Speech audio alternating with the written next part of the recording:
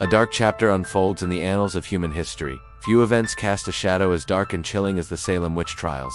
This haunting saga, which unfolded in the late 17th century, serves as a stark reminder of the depths of human cruelty and the perilous consequences of unchecked fear and religious fervor.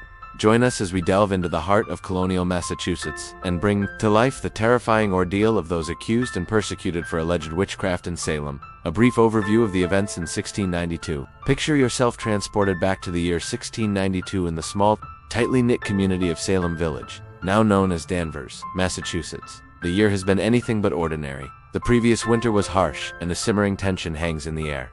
This is a world where rigid religious beliefs intertwined with superstitions and fears of the unknown create a volatile mix. The stage is set for a tale of accusation, hysteria, and unimaginable injustice. And then it happens. A group of young girls, mere children, begin exhibiting strange behaviors, fits that defy rational explanation. As whispers spread through the town, fingers start pointing, casting suspicion on those who dare to be different or who find themselves at odds with the rigid moral standards of the community. Among the first to be accused is Tituba, an enslaved woman of Native American and African descent. Her story, a haunting testament to the prejudices of the time, highlights how her marginalized status made her an easy target for suspicion. Soon, others are drawn into this web of deceit and fear. Sarah Good and Sarah Osborne, two marginalized women grappling with their own personal hardships, become the next victims of this growing hysteria. Their names forever etched in the annals of tragedy. They serve as early warning signs of the darkness that is about to consume Salem. As the narrative unfolds, we'll peel back the layers of this gripping tale, exploring the complex interplay of factors that fueled the firestorm of accusations. From the influence of religious extremism to the socio-economic tensions that ran beneath the surface, we'll examine what drove these seemingly ordinary people to such extreme actions. Setting the stage as we descend deeper into the cauldron of events that transpired in 1692, it is crucial to first understand the intricate web of social, economic, and religious forces that shaped the landscape of pre-colonial Salem. Imagine a world where rigid religious doctrines cast an all-encompassing shadow over daily life. In the Puritan-dominated New England of the late 17th century, the belief in the imminent arrival of the end times known as the Second Coming of Christ permeated every aspect of existence. This pervasive sense of impending doom created an atmosphere of constant fear and suspicion. Salem Village itself was a microcosm of this larger society, a close-knit community bound together by religious convictions and traditional values. It was also a place where differences were not easily tolerated. Social standing played a significant role in this dynamic, often dividing the community along economic lines. The growing tensions between the more affluent members of the community and those struggling with poverty and land disputes added another layer of complexity to this powder keg of discontent. Now let's turn our attention to the events that ignited the fuse of this explosive narrative.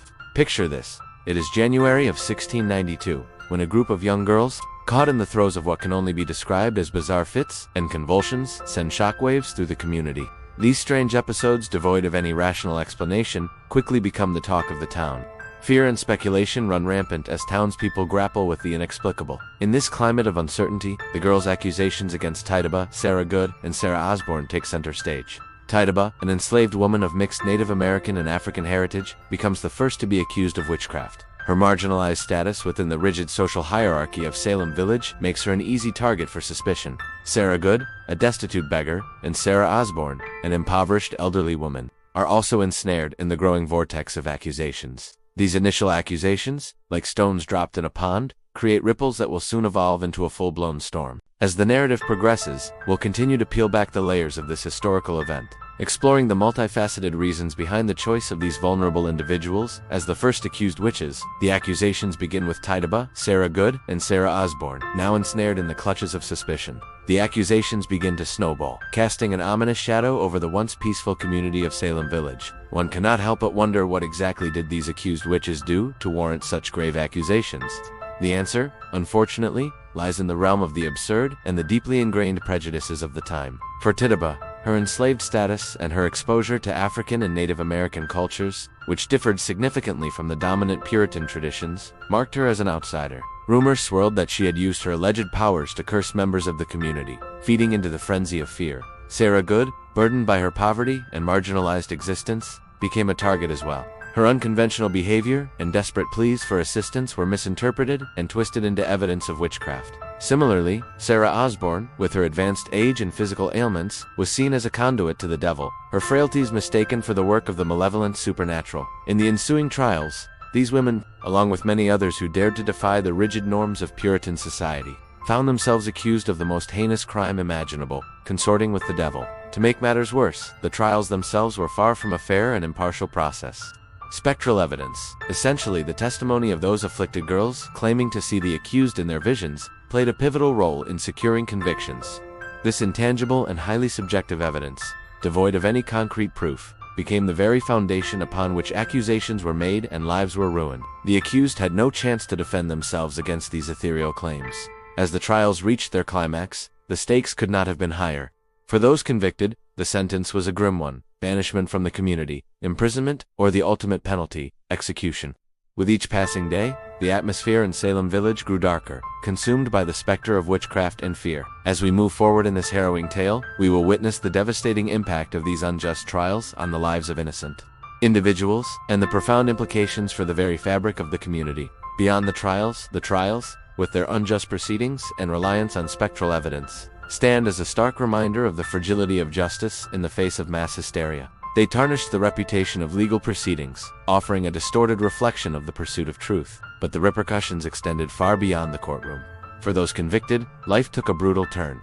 Some were banished, forever exiled from their homes and communities. Others faced imprisonment, enduring the confines of dank cells where the walls bore silent witness to their despair. And then there were those whose fates were sealed with the chilling finality of execution. However, the true extent of the impact of the Salem witch trials goes beyond the immediate consequences for individuals. It shook the very foundations of the community, leaving scars that would take generations to heal. As we reflect on this dark chapter in history, it is essential to acknowledge the lasting legacy of Salem. The events of 1692 continue to resonate through the corridors of American history, serving as a cautionary tale of the dangers of mass hysteria and religious extremism. The power of perspective upon first glance.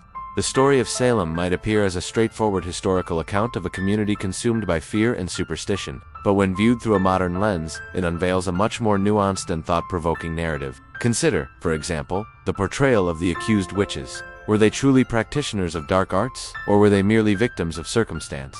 Through a modern lens, we begin to see how their unconventional behavior, or even their marginalized status within the community, could have been misinterpreted and distorted beyond recognition. Moreover, the trials themselves take on a new dimension when viewed in the context of contemporary legal standards.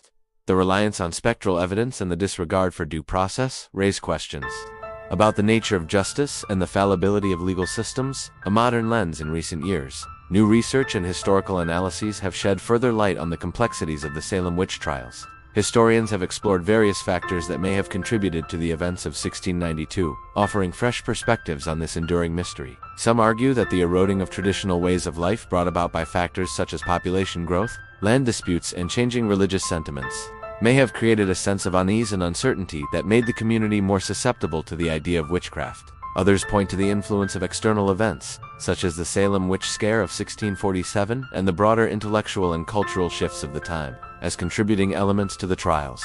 By examining these various factors, historians have painted a more comprehensive and nuanced picture of the events of 1692, emphasizing the interplay of social, economic, and psychological forces that shaped this dark chapter in history. Lessons for today: the haunting echoes of the Salem witch trials continue to reverberate in our modern world, offering profound lessons that transcend the boundaries of time. In an era where fear and misinformation often take center stage, the story of Salem serves as a stark reminder of the dangers of mass hysteria and the importance of critical thinking. By examining how fear and superstition can spiral out of control, we gain insight into the human psyche and the forces that drive individuals and communities to extreme measures. Furthermore, the Salem witch trials offer a lens through which we can examine the complexities of justice and the rule of law. The trial's unjust proceedings and reliance on spectral evidence raise fundamental questions about the nature of truth and the importance of due process. They remind us that even in the pursuit of justice, there is always room for error and the need for fairness and impartiality. Finally, the enduring legacy of Salem compels us to confront the darker aspects of human nature: prejudice, fear, and the abuse of power.